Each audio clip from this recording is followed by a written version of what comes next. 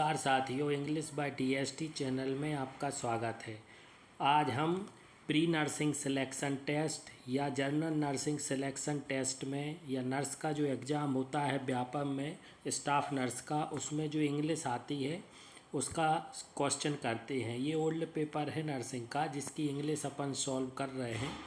आपका जो first question है, choose the appropriate determiners. Determiners साथियों हर एग्ज़ाम में आते हैं। हमने एक वीडियो डाला था जिसमें सभी डिटरमाइनर्स एक ही लेक्चर्स में हैं, आप उसे ज़रूर देखें।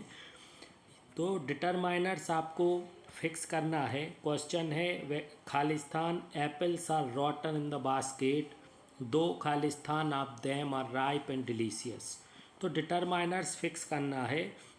ध्यान रखें डिटरमाइनर्स हमेशा नाउन के आगे आते हैं। तो यहाँ नाउन एप्पल्स है और यहाँ है ऑफ देम। तो ये ऑफ देम जो है ये किसी न किसी एप्पल्स को ही यहाँ बता रहा है, इसलिए वो भी डिटरमाइनर्स के अंतर्गत ही फिल होगा।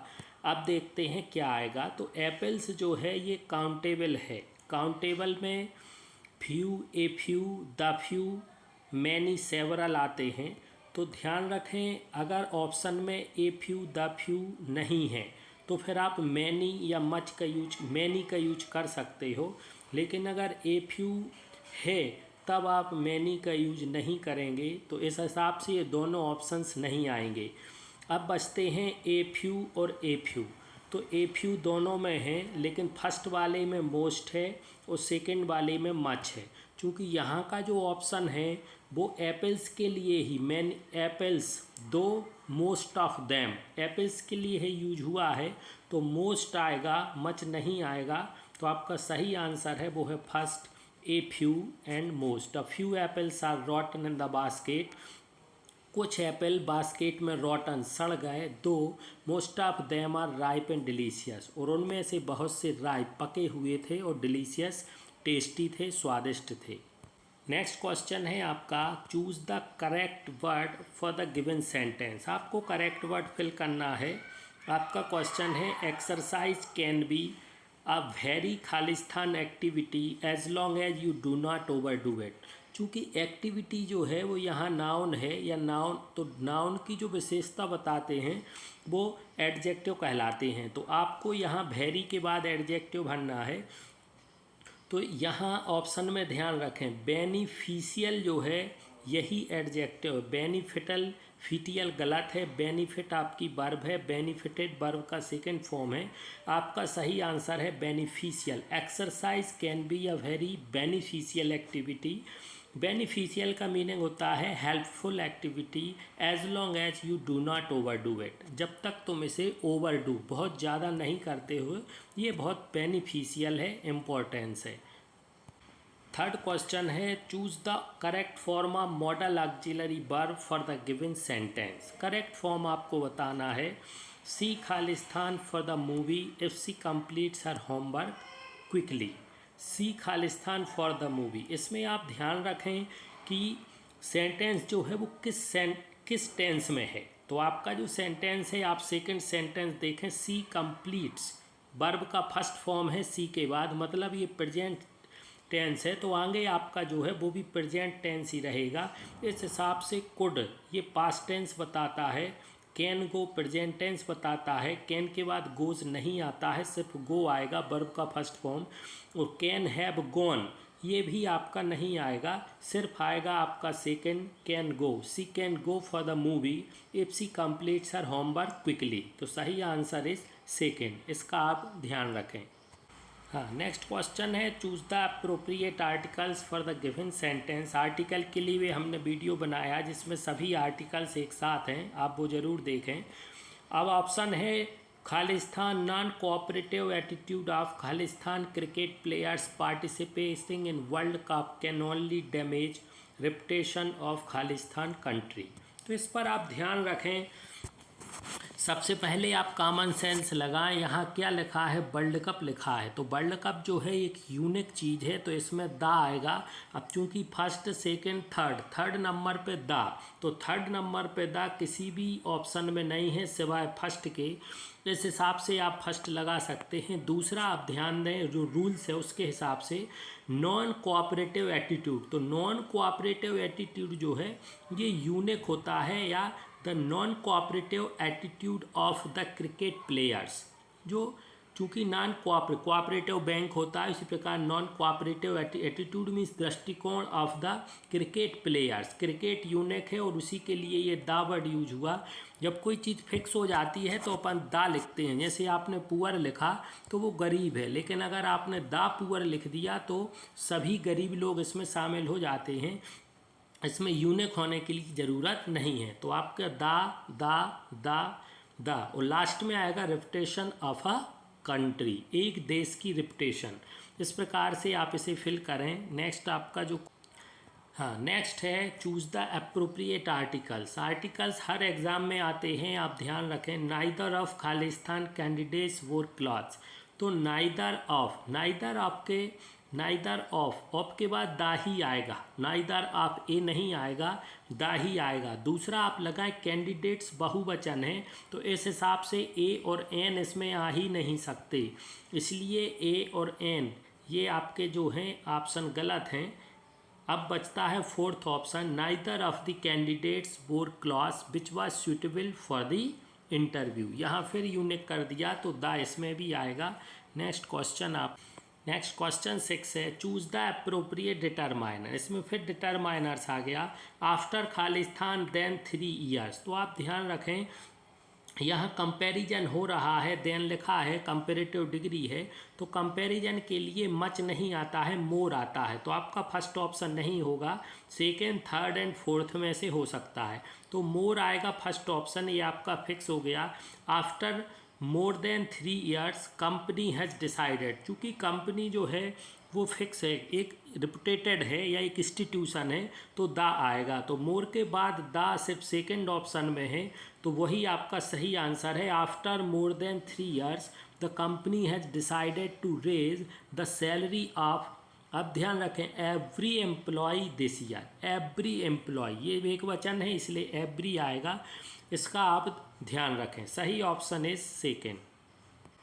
नेक्स्ट क्वेश्चन है आपका choose the option which is a compound sentence. Compound sentence, तो ध्यान रखें आप, जिस प्रकार हिंदी में 3 प्रकार के सेंटेंस होते हैं, सिमिलरली इंग्लिश में भी 3 types of sentence are there.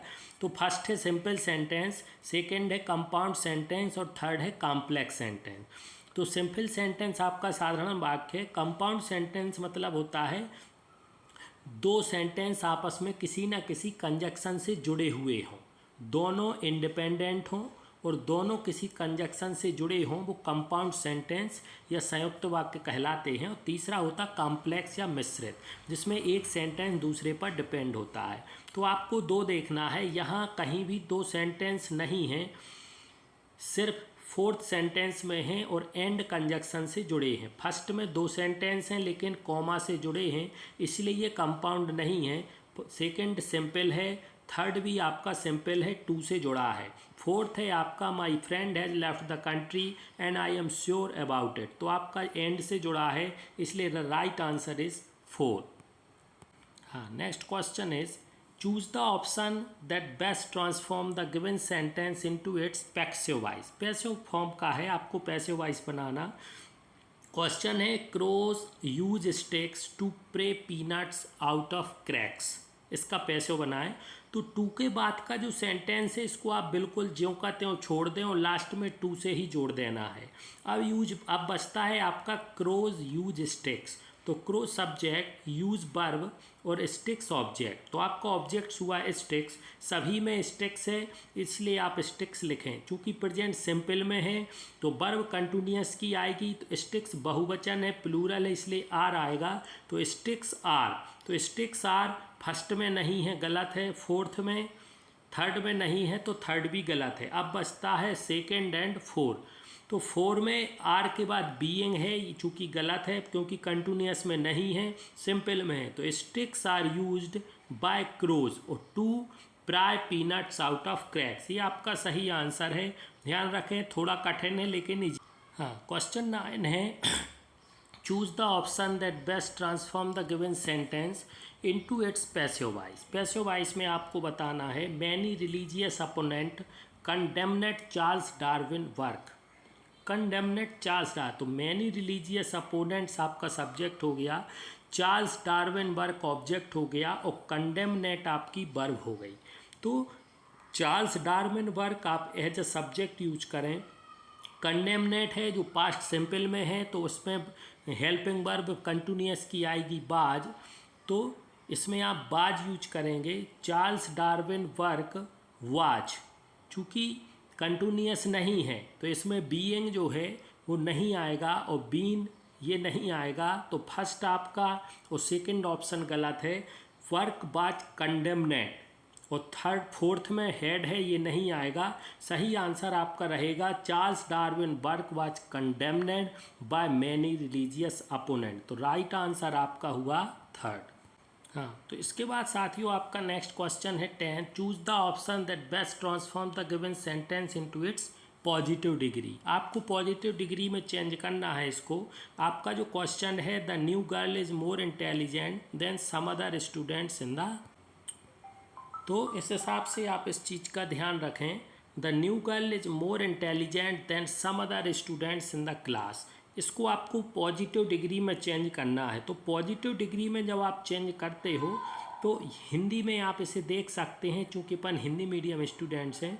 नई लड़की क्लास के अदर स्टूडेंट से ज़्यादा इंटेलिजेंट है, तो इसका उल्टा आप करें कि कुछ स्टूडेंट्स क्लास की कुछ स्टूडेंट्स उतनी इंटेलिजेंट नहीं हैं जितनी कि न्यू गर्ल है।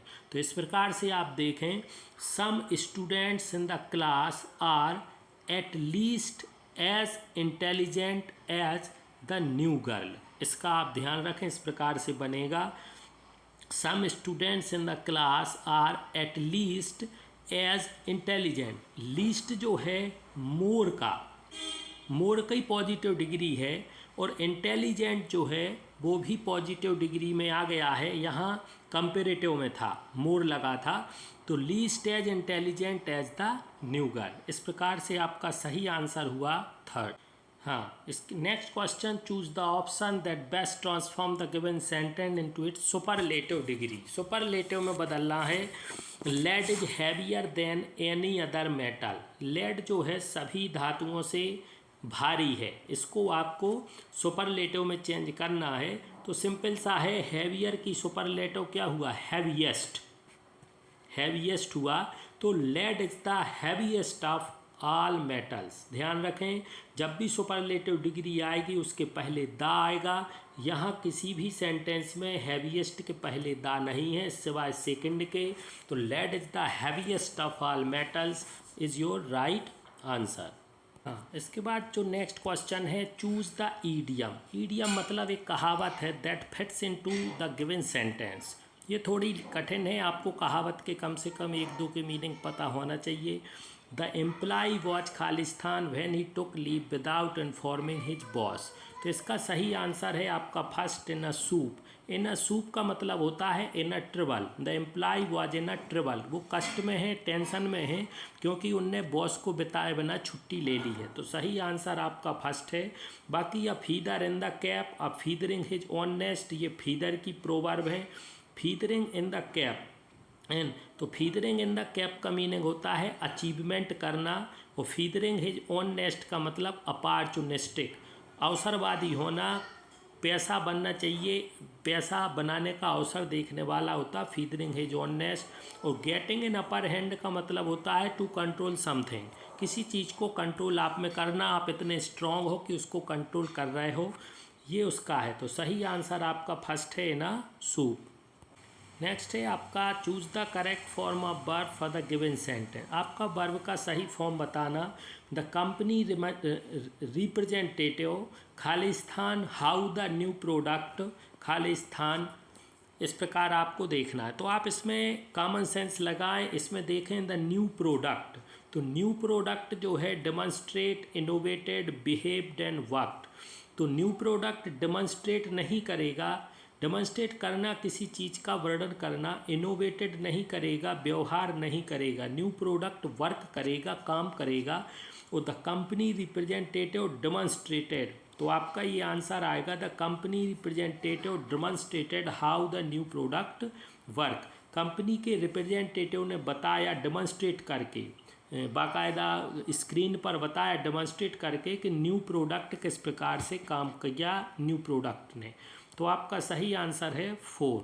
हाँ, 14 है choose the correct form of tense to complete the sentence. As soon as I खालिस्तान my salary bonus I will buy a car. तो आप ध्यान रखें, अगर आप फर्स्ट सेंटेंस सेकंड सेंटेंस आपका फ्यूचर सिंपल में है तो फर्स्ट डेफिनेटली प्रेजेंट सिंपल में होगा।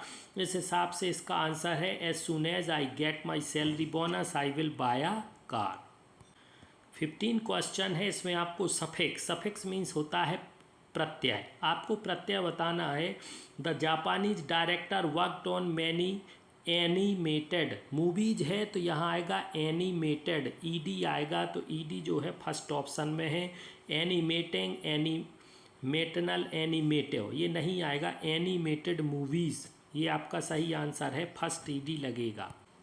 16 है, इन 4 सेंटेंस में से एक सेंटेंस में ग्रामेटिकल एरर है वो आपको फाइंड करना है। सिंपल सा है, she will have bought a house there by now next year, ये बिल्कुल सही है। Second, she married last year, ये भी सही है। She had settled in Alaska, ये भी सही है। आपका जो आंसर है वो है Amrita married with a doctor, ये गलत है क्योंकि यहाँ आना था Amrita get married with a doctor, इसका आप ध्यान रखें।